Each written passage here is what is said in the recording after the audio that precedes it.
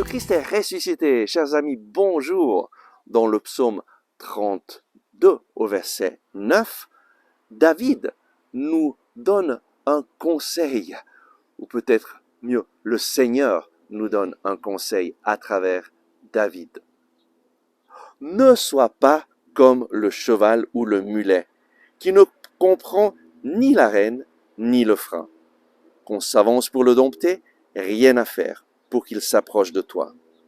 Dans ce psaume, David nous invite à arrêter notre chemin de rébellion. Stop à la rébellion. Approche-toi du Seigneur. La rébellion, c'est dire, oh, moi, je sais très bien ce qui est bien, ce qui est mal, je fais ce que je veux, c'est moi qui décide ce qui est bien, ce qui est mal, et sans te rendre compte, eh bien, tu es en train de te rebeller contre Dieu et de te couper complètement de lui. Et malheureusement, notre société occidentale a accueilli ce mensonge du diable.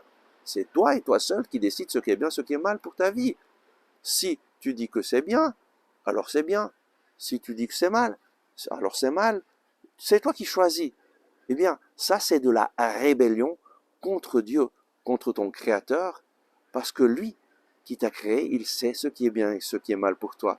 Et lorsqu'il te dit « ne fais pas cela », il sait les conséquences. La société a légalisé l'avortement, a légalisé l'euthanasie, a légalisé plein de choses qui sont un mal. Et ça deviendra peut-être interdit de dire que c'est un mal. Pourquoi? Parce que la société est en train de faire des lois qui vont contre la liberté d'expression. Mais ça ne veut pas dire que si la société dit que tu peux le faire, que cela est bon. L'avortement sera toujours enlever la vie à une personne humaine, et c'est un mal, que tu le décides, que tu le penses ou pas, c'est un mal. Et moi je connais tellement de femmes qui ont été détruites après avoir commis un avortement, qui sont tombées dans la dépression, dans le désespoir total, et jusqu'à ce qu'elles ont trouvé quelqu'un qui les a guidées vers le Seigneur, et guidé à faire l'expérience du pardon du Seigneur. Eh oui, le péché n'a pas la dernière parole lorsque tu viens vers le Seigneur et que tu lui confesses ton péché. Même les pires des péchés, le Seigneur a déjà payé le prix en mourant sur la croix. Jésus a tout fait. Il est passé par la mort la plus terrible pour te dire « Je t'aime, j'ai payé le prix de tes fautes. Père, pardonne-leur, ils ne savent pas ce qu'ils font. » Et donc, arrête ton chemin de rébellion et décide de t'approcher du Seigneur.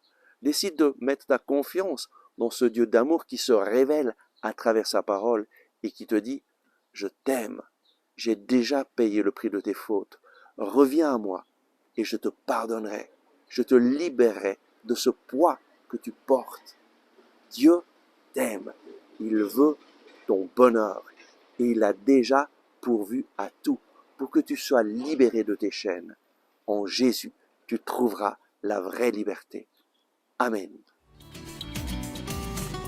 Merci d'avoir regardé ce message. J'espère que vous l'avez aimé et je vous invite à le partager à vos amis, à cliquer sur le bouton j'aime et à vous inscrire à notre chaîne YouTube. Ensemble avec ma communauté, nous prions pour vous et pour votre famille. À demain.